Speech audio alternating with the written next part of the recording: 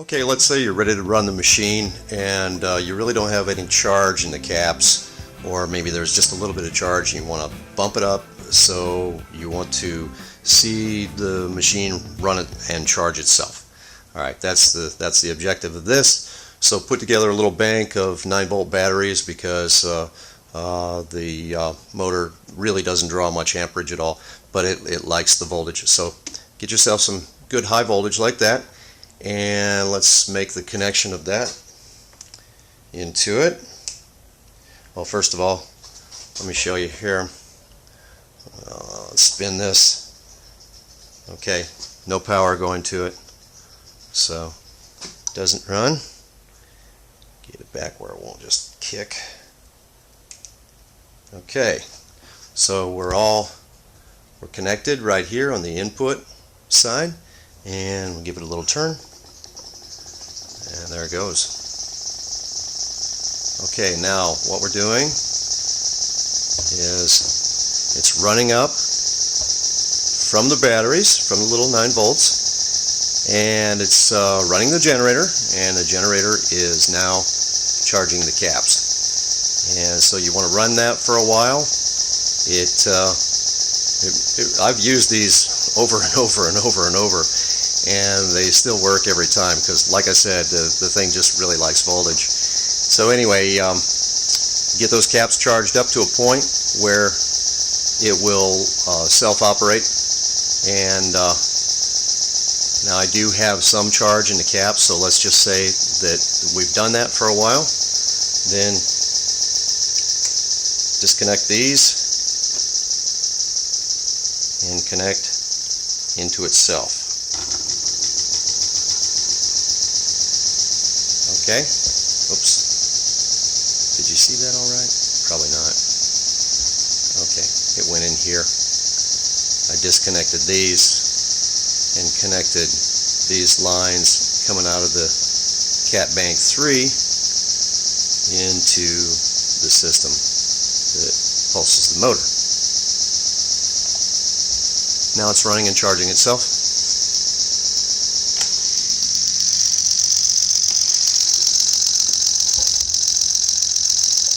See the charge side pulsing.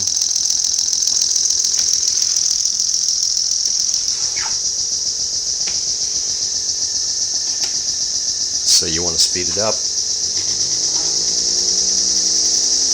You want a faster charge. Run it up to 6, 7, 800 RPM on its own power.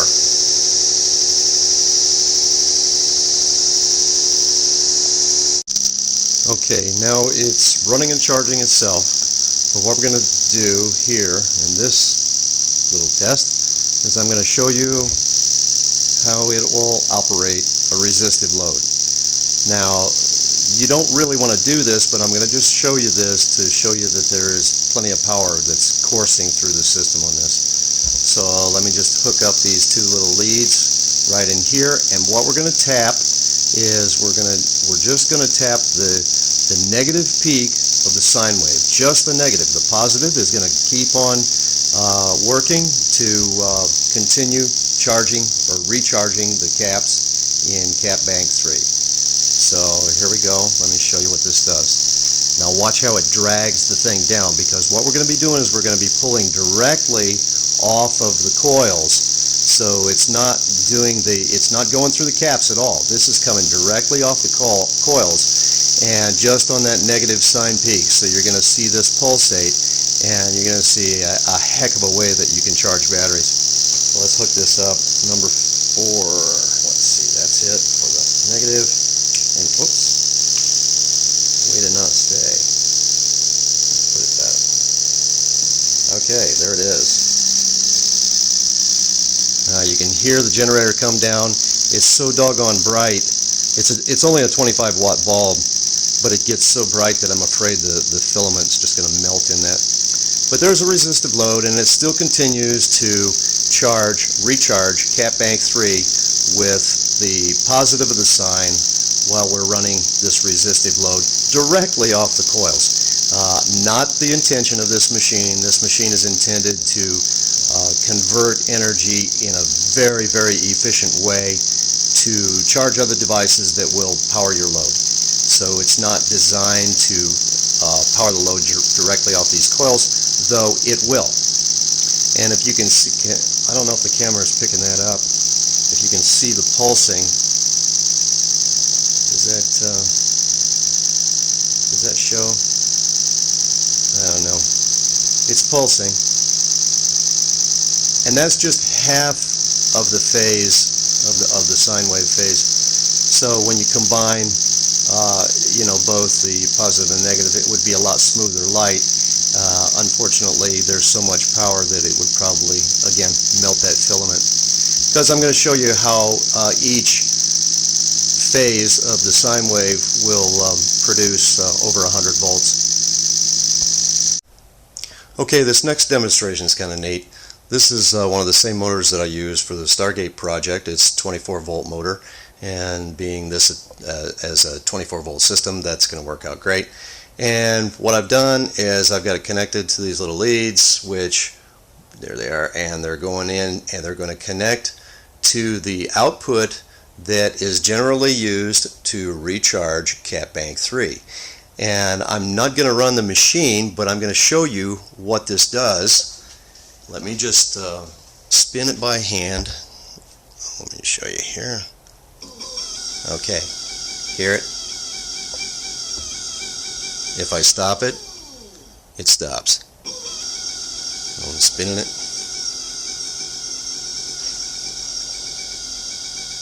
Faster and faster. Okay, now that's what it's doing when this machine is running itself and recharging CapBank 3. You hear the power going to that thing. It's like it's like full torque. Oh, it's stuck. There we go. We'll get it off of that. Okay, that's a fun experiment. Okay, now it's running. It's in self-running, self-powering mode. And we're going to do the same thing. We're going to connect this while it's doing that. And hopefully you can hear that motor running on full power while this is running and continuing to charge itself. This is all self-run stuff here. I'm going to show you with input power, because really the best way to run and use this device would be with maybe 1 or 2 solar panels. Let them come in, bring the power in, be buffered through CapBank 3, run this thing, and let 1 and 2 continue to run the charge and output from those, like we're doing here, only to charge up a bank of batteries. That's going to be the optimum way to use this piece of technology. Okay, as I previously promised, I'm going to show you the power that's running through these different phase charges. And right now, this meter here is connected directly to CapBank number 3, and that's standing voltage, 21.56 volts. And over here, this one is also 21.56 volts.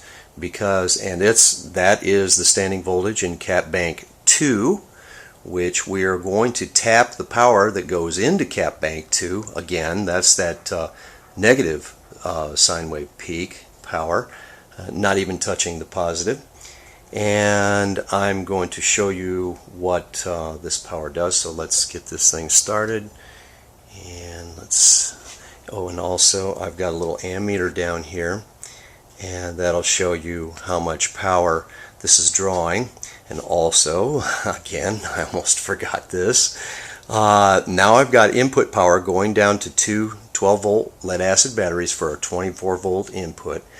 And again, you could use batteries, but I would prefer some solar panels to operate this system correctly and most efficiently, and get you the accelerated charge that you're looking for.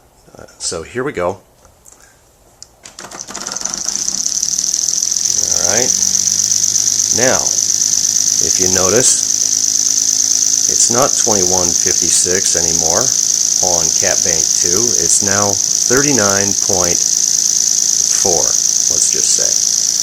And this is already coming up on CapBank 3, charging 2160, 2161, from 2156 just a few seconds ago. So it's working, and it's drawing from the two 12-volt batteries in series. It is drawing about 450 milliamps. I don't know if you can see that very well with this, but anyway, that's what's going on. Okay, now 3955. Okay, now what I'm going to do is something really strange. I am going to unplug these two connections. I'm just going to unplug them. And what they represent is the charge going into the caps through the system from the generator side of the coils. Okay, so again, where are we? 3960, which is respectable, charge going into those. But let's just unplug this. Okay, so that disengages the generator. Now we've got nothing going into the caps. They are totally unplugged. Okay, the only thing that's connected to the caps is ground. Alright, now what are we showing here? Oh, look at that. Isn't that amazing? It jumped up to 86.2 volts. Now I can get it up to 100 or over. Let's just speed this up. Oh, I guess I should show you. I'm just speeding it up with the stupid little reed switch. Oops. I gotta be careful.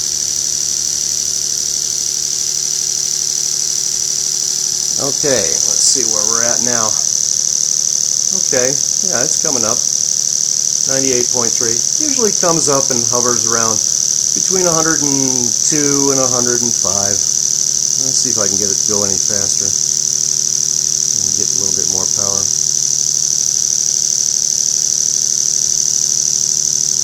Well, oh, there it goes. I heard it go. Yeah.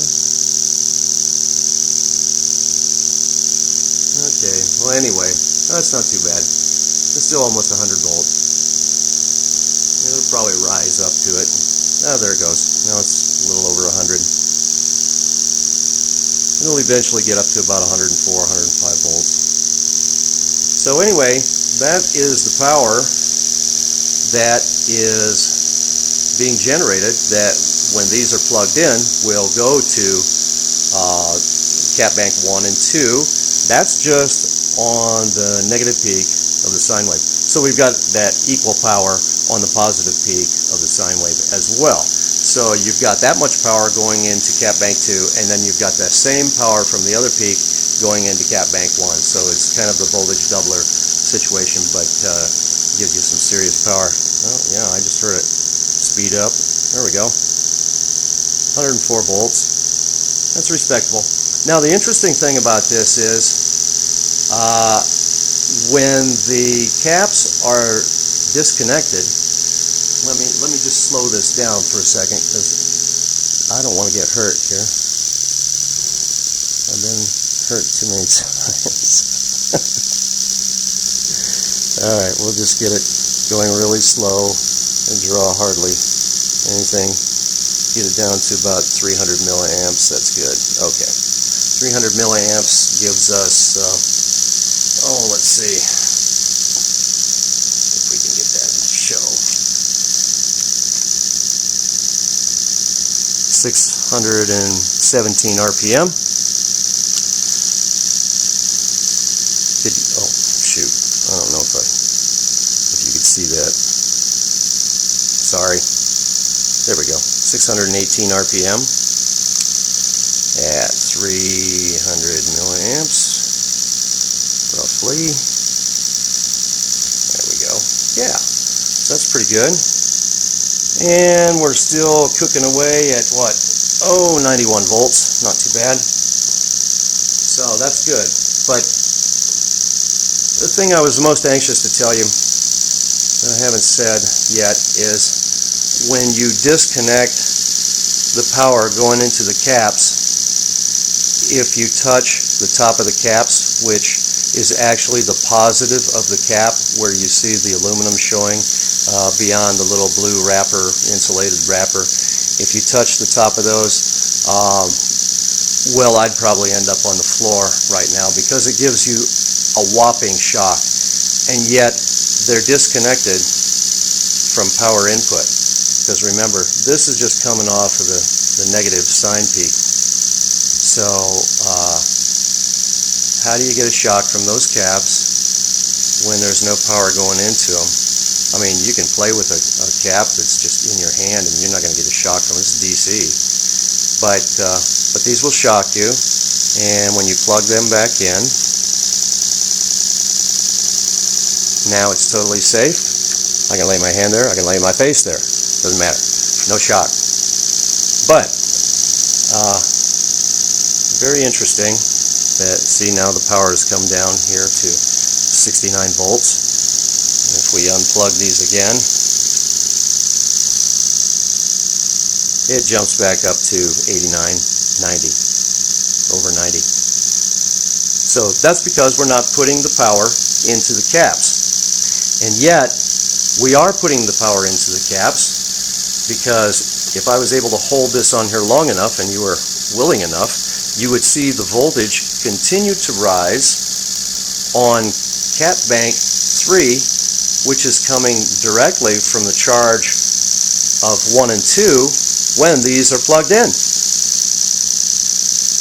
So, you know, I don't know what's going on, but it's interesting. Now you can see that, oh, it just rose up and it bumped back down. It went up to 2167. The camera didn't, I moved the camera too slow, didn't catch it. It'll go back up. It'll continue to go up. It goes up slowly, but it does that while these are disconnected. So the only thing I can think of is, since they're grounded and there's no power going into them, since you've got this massive amount of permanent magnetic field rotating inside there on the two rotors with the 12 half-pound N52 Neos, that's quite a bit.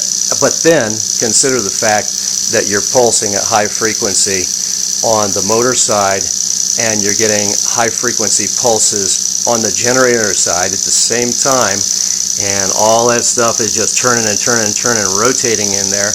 And then you've got these little aluminum electrostatic cans sitting on top of all that field activity below it.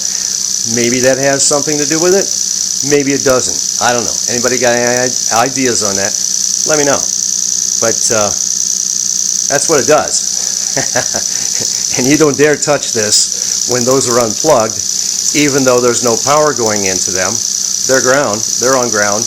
They will give you a big old shock. So how are you getting that shock transferred? Anyway, just a point of interest. I just wanted to share that with you. I was most excited about that as anything. Wireless power transfer or something going on there. I really don't know, but I'm definitely going to research that. So that's cool.